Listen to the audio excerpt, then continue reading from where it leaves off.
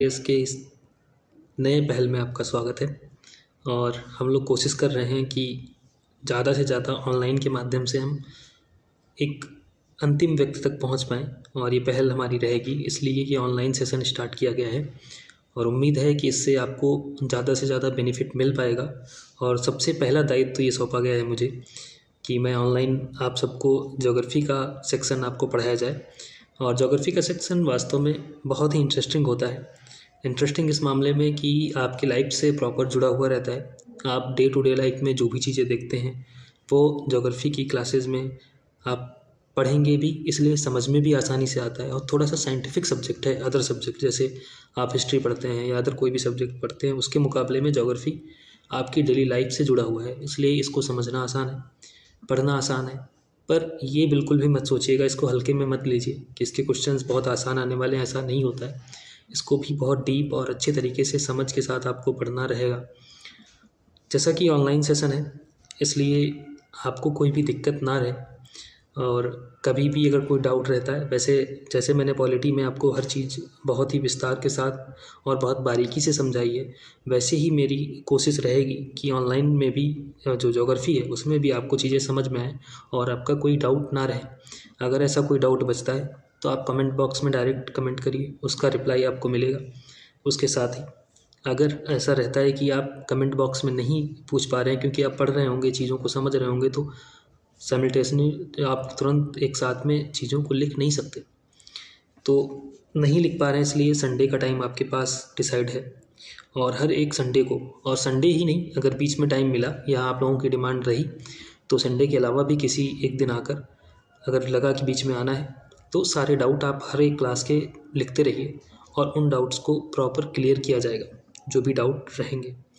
इसलिए देखेंगे कि आप कमेंट पढ़ते वक्त कमेंट तो नहीं कर पाएंगे, इसलिए प्रॉपर ध्यान आप क्लास पे रखिए और नोट्स जो भी बना रहे हैं वहीं पे आप अपने डाउट्स लिख लीजिए, ताकि कोई भी डाउट अगर आपको लगता है कि रहा है उस डाउट को क्लियर कर दिया जाएगा क्लास में। आज ओरिएंटेशन बैच रहेगी। ओरिएंटेशन का मतलब है कि जो भी आपको पढ़ाया जा रहा है उसकी केवल आपको एक रूपरेखा ही दी जाएगी कि वास्तव में ज्योग्राफी है क्या, कितना हमें पढ़ना है, कितना टाइम लगने वाला है, और सिलेबस क्या रहेगा। सिलेबस के साथ साथ कितना डीप आपको पढ़ना है, क्वेश्चंस किस तरीके से आ रहे हैं, क्वेश्चन का पैटर्न चेंज कैसे हो रहा है ज्योग्राफी में, और वास्तव में आपको पढ़ना कितना है, और क्या क्या सोर्स आपके होने चाहिए, इन सब पे चर्चा होती है। इसके अलावा जो नेक्स्ट क्लास होगी उसमें हम अपना सेशन स्टार्ट करेंगे।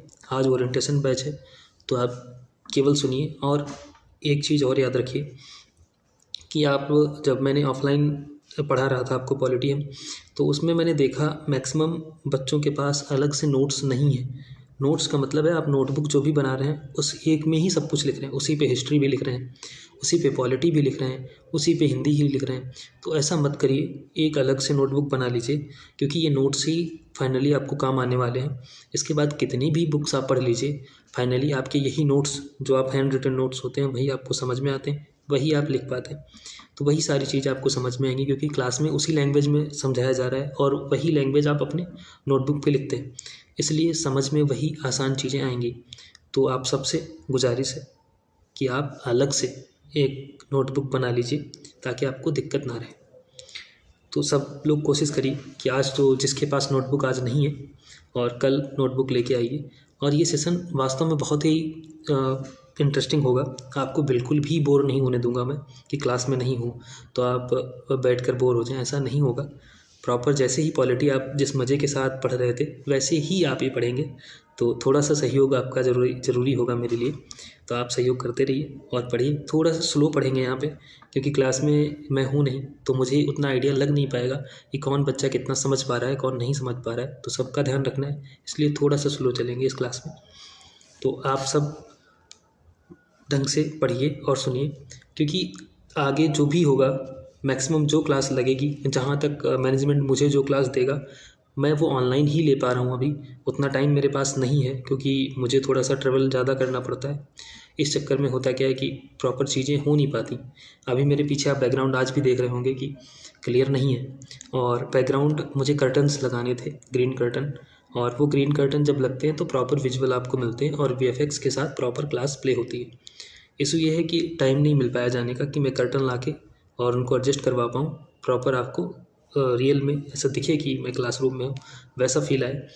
तो उसके लिए काम चल रहा है, थोड़ा सा और टाइम दीजिए मुझे और मैं जल्दी ही सब कुछ फिक्स करने वाला हूँ, ताकि पीछे का बैकग्राउंड भी आपको क्लियर दिखने लगे।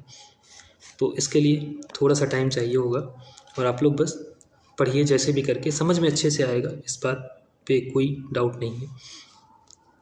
जैसे कि मैंने बताया, आज ओरिएंटेशन बैच रहेगी हमारी, और जियोग्राफी का अलग से आपको एक नोटबुक बना लेनी चाहिए, अलग से ज्योग्राफी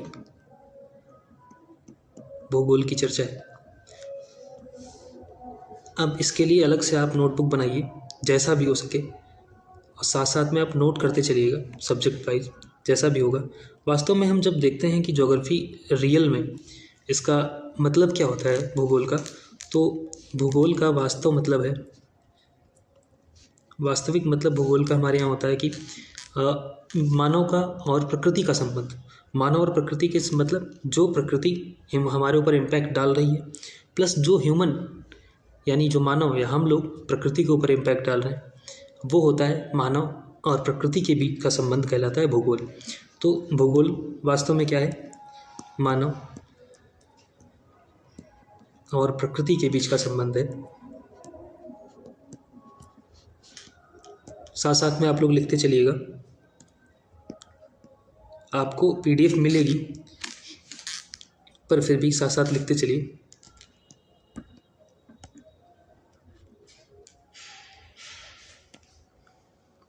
भूगोल वास्तव में क्या है, मानव और प्रकृति के बीच का संबंध है। और मानव और प्रकृति के बीच का संबंध मैंने बताया, तो वास्तव में मानव और प्रकृति के बीच संबंध का मतलब होता है मानव कैसे इम्पैक्ट करता है, यानी मनुष्य प्रकृति को प्रभावित कर रहा है और प्रकृति मनुष्य को प्रभावित कर रही है। मानव ने क्या किया, प्रकृति, मानव डिपेंड है प्रकृति पर, चाहे वो खान पान की चीज़ें हों या कोई भी संसाधन चाहिए हों, हमारे कपड़ों से लेकर हमारी चाहे वो संसाधन हो, परिवहन के संसाधन हो, कार हो, गाड़ी हो, कुछ भी हो, सारी चीज़ें हमें प्रकृति से मिल रही हैं, प्रकृति से बने संसाधनों से मिल रही हैं। उन संसाधनों को हम अपने अनुरूप परिवर्तित करते हैं और फिर उनको अपने यूज के लिए बनाते हैं। परंतु वास्तव में मानव ने क्या किया, अभी जो देख रहे हैं, प्रकृति हमारी आवश्यकताओं को फुलफिल कर रही है, पूरा कर रही है, पर वास्तव में मानव ने क्या किया, अभी अपनी आवश्यकताओं की पूर्ति के लिए इतना अंधा बन चुका है मनुष्य, उसने हर एक चीज़ का दोहन करना शुरू कर दिया। प्रकृति का इस कदर दोहन किया है कि आज ग्लोबल वार्मिंग बढ़ रही है हमारे यहाँ, और जिसके परिणाम हम भुगत रहे हैं। ग्लोबल वार्मिंग, कहीं बाढ़ आ जाती है तो कहीं सूखा, इन सब चीज़ों से प्रभावित रहे मानव। तो मानव ने प्रकृति को किस तरीके से इम्पैक्ट किया, किस तरीके से प्रभावित किया, उसकी चर्चा है भूगोल। प्लस प्रकृति ने मानव को कैसे इम्पैक्ट किया, उसकी चर्चा है भूगोल। अब प्रकृति ने कैसे किया इम्पैक्ट, आपने कुछ भी प्रकृति के साथ छेड़छाड़ की, प्रकृति आपको रिटर्न में वही चीज़ें देगी। रिटर्न में इन द सेंस, आपने प्रदूषण बढ़ाया, प्रकृति ग्लोबल वार्मिंग लेके आएगी और चीज़ों को सुधारने की कोशिश करेगी, उसको समायोजित करने की कोशिश करती है। तो वास्तव में मानव और प्रकृति के बीच का संबंध है भूगोल। एक बात तो ये हो गई। दूसरी बात, मानव और प्रकृति के बीच के संबंध में भूगोल, जैसे मैंने बताया, मानव और प्रकृति के बीच का संबंध है, कैसे इम्पैक्ट कर रही है, यानी हमारे, एक तो हमने किया गलत तरीके से, वास्तव में पॉजिटिव तरीके से कैसे कर रही है प्रकृति। पॉजिटिव कैसे करती है, एक हमारा रहन सहन और खान पान भी प्रकृति डिसाइड करती है। रहन सहन और खान पान कैसे डिसाइड करती है, यानी हम जिस क्षेत्र विशेष में रह रहे हैं, उस क्षेत्र विशेष में हमारा पहनावा कैसा होगा, हमारे पहनावे के साथ साथ हम किस तरीके का भोजन करेंगे, प्लस किस तरीके के पशु पालेंगे, किस तरीके के मकान बनाएंगे, ये भी प्रकृति से ही डिसाइड होता है।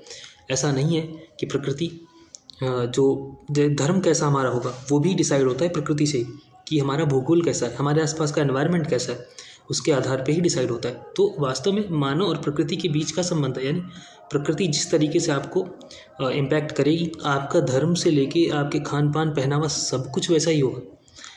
क्यों ऐसा मैं कह रहा हूँ कि आपका धर्म और इन सब के बीच का संबंध ऐसे कैसे होगा, तो एक तो बात है मानव और प्रकृति। आप देखिए, कुछ एक एग्जाम्पल आपको दे रहा हूँ मैं, आप ये इमेज देख पा रहे होंगे, और इस इमेज में दिख रहा है ये हमारे यहाँ अरब कंट्री की एक इमेज है, और ये प्रॉपर पीछे आपको डेजर्ट दिख रहा है, मरुस्थल दिख रहा है। अब कोई कहे कि अरब के लोग ऐसे कपड़े क्यों पहनते हैं, उनका पहनावा बहुत ही रूढ़िवादी है, बहुत ही बेकार है, ऐसा कोई बोले, वो ऐसे हिजाब, जैसे महिलाओं ने हिजाब पहन रखा है, हिजाब पहने, बुर्का पहने, और पुरुषों ने भी कपड़े कुछ ऐसे पहन रखे हैं ताकि यहाँ उड़ने वाली धूल, क्योंकि यहाँ का मौसम ऐसा है, इनको पहनना पड़ रहा है, यहाँ उड़ने वाली धूल उनको बहुत ज़्यादा इम्पैक्ट ना करे। गर्मी भी एक तो बहुत है, दूसरी बात हवाएं चलती हैं उसी तरीके से, तो इनको इम्पैक्ट ना करें चीज़ें, उनको इम्पैक्ट ना ऐसा हो कि उनकी पूरा शरीर ख़राब कर देंगी। पता चले यहाँ बढ़िया सज धज के गए थे मरुस्थल में और शेर बन के गए थे, वापस शाम को घर आए बकरी बन के लौट रहे हैं, तो ये दिक्कत है। इसलिए शेर बन के गए हैं तो शेर ही लौटें, वो ज़रूरी है, इसलिए पहनावा भी उसी हिसाब का होना चाहिए। बन के गए थे शेर, वापस आ रहे हैं बकरी, तो इन चीज़ों का ध्यान रखा गया। तो हमारा पहनावा, जैसे जहाँ मरुस्थल थे वहाँ का पहनावा कैसा, इस्लाम धर्म में ऐसा है इसलिए वो लोग पहनते हैं, ऐसा नहीं है। उनका धर्म का पार्ट भी उसी से इफेक्टेड है, इस्लाम धर्म भी उसी तरीके से इफेक्ट हुआ है, क्योंकि इनका पहनावा ऐसा था, इसलिए इनका धर्म भी उसी के अनुरूप परिवर्तित हुआ। जितनी भी चीज़ें थीं, हमारा धर्म, हमारा खान पान, हमारे पहनावे, सब कुछ इम्पैक्ट होता है। वो इम्पैक्ट करता है क्लाइमेट यानी जोग्राफी। तो हमारा सब कुछ, आप सोच रहे होंगे कितनी इंटरेस्टिंग कैसे हो सकती हैं चीज़ें, वास्तव में जोग्राफी ही सब कुछ डिसाइड करती है कि हम कैसे पहनेंगे, क्या खाएंगे और कैसे हमारे घर होंगे, वो सब कुछ हमारा डिसाइड होता है हमारी जोग्राफी से। इसलिए इतना इम्पॉर्टेंट और मज़ेदार सब्जेक्ट है, आप पढ़िए, बहुत मज़ा आने वाला है। दूसरा, एक आपने ये इमेज देखी जो अरब कंट्रीज़ की है, मरुस्थली वाले देशों की। दूसरी ये वही इमेज है मरुस्थल वालों की, ऐसे कपड़े उनको पहनने पड़ रहे हैं रेतीली हवाओं की वजह से, ताकि अपने शरीर को सुरक्षित कर सकें। ये इमेज एक है, आप देख पा रहे होंगे, ये है हमारी साउथ इंडिया की। अब ये साउथ इंडियंस हैं, आप साउथ इंडियन को ये समझिए, ये सब धोती पहनते हैं, मतलब ढीले ढाले कपड़े पहने हुए हैं। इनसे कह दीजिए जीन्स पहन ले, ये जीन्स नहीं पहन सकते। आप जब ज्योग्राफी पढ़ेंगे, रियलिटी है क्या कि आपको बताएं, जो ये विषुवत रेखा होती है ये आपकी अर्थ है, और जो ये विषुवत रेखा है यानी 0 डिग्री, तो 0 डिग्री के आसपास ह्यूमिडिटी बहुत होती है, ह्यूमस यानी नमी बहुत होती है हवा में। नमी, क्योंकि यहाँ पे सूरज का डायरेक्ट तापमान, आगे पढ़ाएंगे तो आपके पूरी सारी चीज़ें बताएंगे। यहाँ सूरज की सीधे रोशनी आ रही है, और यहाँ पे सूरज की सीधे रोशनी की वजह से जो पानी है उसका वाष्पीकरण बहुत ज़्यादा हो रहा है। उस वाष्पीकरण की वजह से आसपास के क्षेत्र में हवा में नमी बहुत है। ये नमी बहुत आपको चिड़चिड़ापन लाती है और बहुत पूरे शरीर में चिपचिपी होती है। पुरुष जितने भी हैं ये धोती पहने हुए नीचे सब के सब, और ऊपर उनके सारे कपड़े ढीले ढाले। ये पहनना ज़रूरी है, नहीं तो पूरे शरीर में चिपचिपे कपड़े रहेंगे। यहाँ पे इसलिए ज़रूरत होती है ताकि हमारा एनवायरनमेंट, अपने शरीर उनका एनवायरनमेंट के अकॉर्डिंग उनका शरीर ढल जाए, ये ज़रूरी होता है। आप इनसे कहिए कि जीन्स पहनिए, नहीं पहन सकते। आजकल कल्चर बदला है, और क्योंकि जैसे जैसे लोग बदले तो उनके कल्चर में चीज़ें शामिल हो गई, क्योंकि कल्चर भी हमारी संस्कृति भी प्रभावित हो रही है। आजकल शादी ब्याह में भी देखिए ये इमेज, शादी ब्याह में भी लोग प्रॉपर पहन रहे हैं कपड़े, जो धोती पहन रहे हैं पुरुष हैं, महिलाएं तो पहन ही रही हैं फिलहाल, ये पुरुष धोती पहने हुए हैं। तो ये सारी चीज़ें हैं, आई कहाँ से, ये इम्पैक्ट हमारी ज्योग्राफी कर रही है, यानी हम जहाँ पे रह रहे हैं हमारी उच्चावच यानी हमारी भौगोलिक स्थिति प्रभावित करती है। हम उसी के अकॉर्डिंग अपने पहनावे और ये सारी चीज़ें बदलते हैं। तीसरी एक इमेज है जम्मू एंड कश्मीर की। जम्मू कश्मीर में इनका पहनावा देखिए, डिफरेंट मिलेगा, क्योंकि यहाँ सर्दी बहुत होती है, प्लस पूरे शरीर को ढके रहना होता है। एक ही कपड़े में पूरा शरीर ढक जाए इसकी ज़रूरत होती है, बहुत मोटे और ऊनी कपड़े पहनने होते हैं। कश्मीर की इमेज है, और आप पीछे देख रहे होंगे घर, ये घर बने हुए हैं। आप कोई आपसे कहे कि इनके घर ऐसे क्यों हैं, ये घर इनके बने हुए हैं जैसे झोपड़ी टाइप आप देखते थे, कहीं खाली जगह में बता पाऊँ आपको।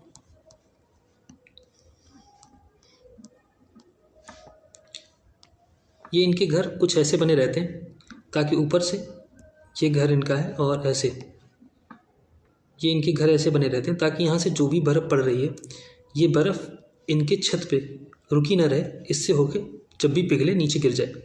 ये इस तरीके का स्ट्रक्चर कुछ बनाते हैं। ये बना क्यों रहे हैं, क्योंकि बर्फ़ वहाँ पड़ रही है। अब इनसे कहे कोई कि आप छत बराबर डालिए, जैसे हमारे यहाँ सब लखनऊ और मध्य भारत की चीज़ें, मध्य भारत में जैसा बन रहा है, तो मध्य भारत में बराबर सपाट छत ऐसे पड़ी होती हैं, ऐसे घर बना है पूरा और सपाट छत पड़ी हुई है। ऐसा नहीं कर सकते, पता चले पूरा घर ही बर्फ़ से लद गया, ठंड में वैसे भी मरे जा रहे थे और ठंड में मरे जा रहे हैं। इसलिए ज़रूरी है उनको इस तरीके का कल्चर चेंज करना। तो हमारा कल्चर प्रभावित कैसे हो रहा है, हमारी ज्योग्राफी से। दूसरी इमेज एक और है, इनको देखिए, ये कपड़ों में चेंज है, यानी हमारे पहनावे, हमारे घर और हमारा रहन सहन, हमारी संस्कृति, हमारा धर्म, सब कुछ कैसे डिसाइड हो रहा है? ज्योग्राफी के आधार पे। यानी ज्योग्राफी चेंज हुई, हमारा खान पान, हमारे रहन सहन के तरीके सब बदलेंगे। तो चीज़ें हैं, वनस्पतियाँ बदलती हैं, जैसे वनस्पतियाँ बदलेंगी, पाले जाने वाले जीव बदलेंगे, उनको पालने का तरीका सब कुछ बदलता है। वो होता है ज्योग्राफी का इम्पैक्ट हमारे ऊपर, वो सारी चीज़ें शामिल होती हैं। तो मानव और अर्थ कैसे एक दूसरे को इम्पैक्ट कर रही हैं, यानी ह्यूमन और पृथ्वी, साथ साथ आसपास का एनवायरनमेंट यानी ज्योग्राफी हमें कैसे प्रभावित कर रही है, वो सारी चीज़ें हम पढ़ते हैं ज्योग्राफी के अंतर्गत। ज्योग्राफी इसी मामले में बहुत ही इंटरेस्टिंग होती है कि एक तो इम्पैक्ट कर रही है अर्थ और दूसरा ह्यूमन, दोनों को। इसलिए मैंने बताया कि वास्तव में है क्या ज्योग्राफी। तो ज्योग्राफी है मानव और प्रकृति के बीच का संबंध, इसको बोलते हैं ज्योग्राफी। रियल जो डेफिनेशन है ये आपकी रहेगी। इसके अलावा नेक्स्ट चीज़ हमें जो देखनी है कि वास्तव में ज्योग्राफी में पढ़ना क्या क्या है। एक बात तो हमें सबसे पहले ये समझनी होगी कि ज्योग्राफी का जो डिवाइड रहती है हमारी, एक है इंडियन ज्योग्राफी,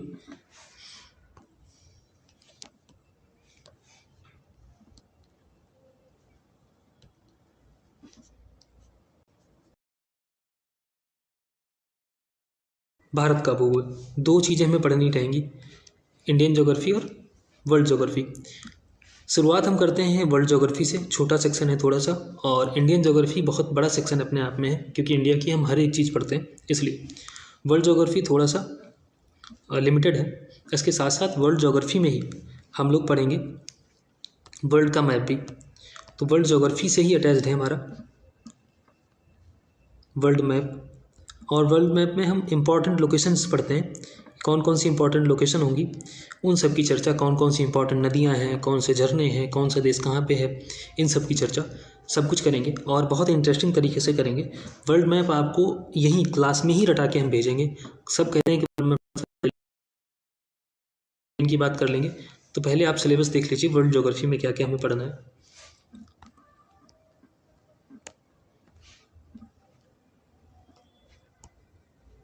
वर्ल्ड ज्योग्राफी, विश्व भूगोल की बात।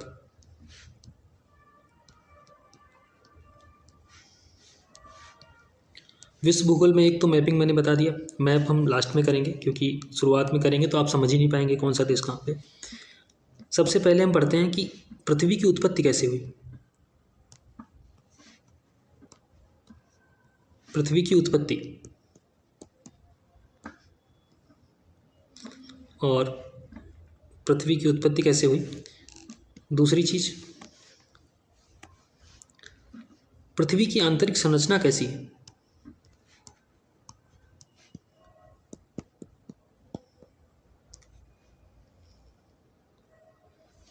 पृथ्वी की आंतरिक संरचना, साथ साथ में आप लोग लिखते चलिएगा।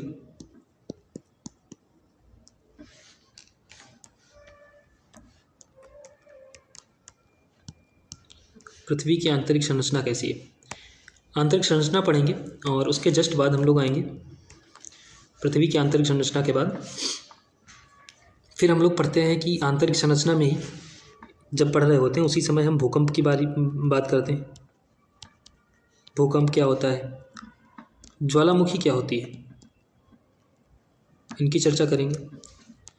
भूकंप, ज्वालामुखी, ये सब पढ़ेंगे और भूकंप ज्वालामुखी पढ़ने के बाद फिर हम आएंगे कि जो सिद्धांत है हमारे ब्रह्मांड के सिद्धांतों की चर्चा करेंगे।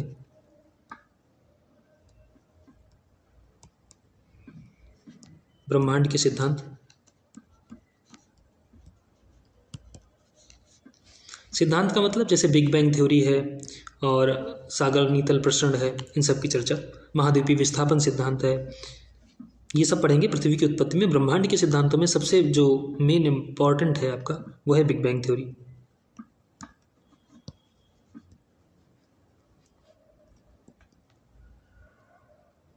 बिग बैंग थ्योरी, इसकी चर्चा करेंगे, यही मेन इम्पॉर्टेंट है। और उसके बाद पांचवी बात करेंगे हम लोग क्लाइमेटोलॉजी की, यानी मौसम विज्ञान। बहुत ही इंटरेस्टिंग है मौसम विज्ञान इंटरेस्टिंग होने के साथ साथ इम्पॉर्टेंट भी है। इम्पॉर्टेंट क्यों?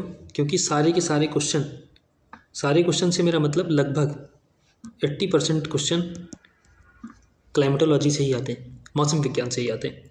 मौसम विज्ञान में हम लोग पढ़ते हैं कि वर्षा कैसे होती है और बादल कैसे बनते हैं, आपकी पवनें क्या होती हैं, हवा कैसे चल रही है, उस हवा का इम्पैक्ट कैसे हो रहा है, समुद्र के बारे में पढ़ेंगे, समुद्र की धाराएं कैसे होती हैं, इन सब की चर्चा। उसी में ही नेक्स्ट चैप्टर होगा आपका समुद्र विज्ञान।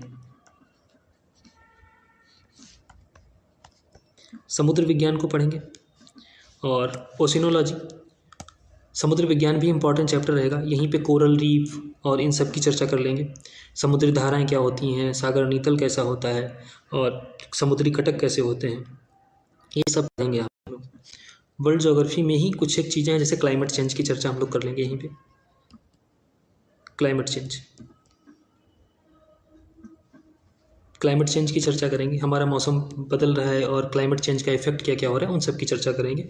वास्तव में पर्यावरण का टॉपिक है, पर हम लोग एनवायरनमेंट की बजाय यहाँ पे ही पढ़ते हैं इसको। क्लाइमेटोलॉजी का जो पूरा रहेगा यहीं पे पढ़ेंगे हम लोग।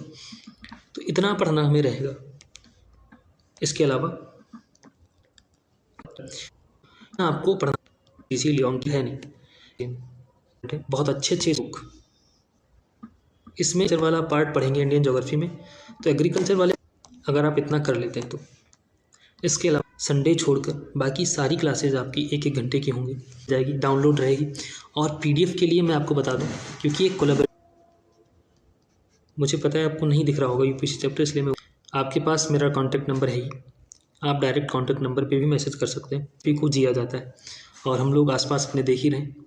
तो ज्योग्राफी में आपको सोर्सेज के बारे में बता दिया, क्या क्या पढ़ना था, क्या बुक आपके पास होनी चाहिए। बस एक बार और जोर देके मैं कहूँगा कि आपके पास 11th क्लास की एनसीईआरटी कंपलसरी होनी चाहिए। 11th क्लास की एनसीईआरटी विश्व का भूगोल और भारत का भौतिक भूगोल, विश्व का भौतिक भूगोल और भारत का भौतिक भूगोल, 2 नोटबुक आपकी एनसीईआरटी की आती हैं, दोनों को ही आप पढ़ लीजिए।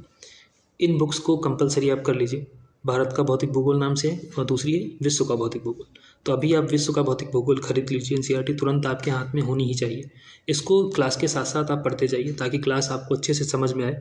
जब भी आप क्लास में बैठे तो आपको ऐसा ना लगे कि पता नहीं कहाँ से पढ़ाने लगे, आपको लगे तो आप पढ़ के आइए। जो भी करिए, 11th क्लास की एनसीईआरटी है, भी करना है तो आप भारत का भौतिक भूगोल नाम से आएगी।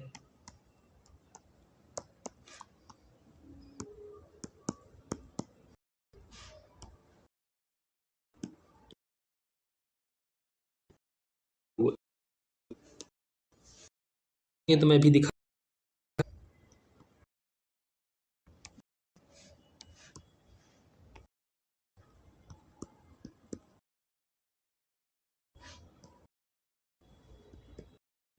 विश्व का भूगोल दिख ही नहीं रहा होगा यहाँ से, जो मैंने दिखाया आपको। चलिए नए पेज पे लिखे दे रहा हूँ। तो एनसीईआरटी आपको लेनी है। फिलहाल के लिए आपने 6 क्लास की पढ़ी होगी, तो बाकी भी पढ़ते रहिए। 2 एनसीईआरटी में से एक रहेगी आपको विश्व का भौतिक भूगोल,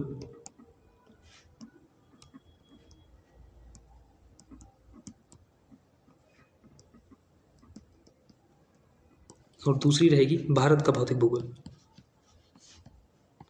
तो ये 2 एनसीईआरटी आपको लिखनी है ना। जब आप ये कवर कर लें तब आप बताइए, और नेक्स्ट क्लास में बाकी चीज़ों पे चर्चा करेंगे। तब तक के लिए क्लास आपकी ओवर की जा रही है। बाकी कोई इसी क्लास के बाद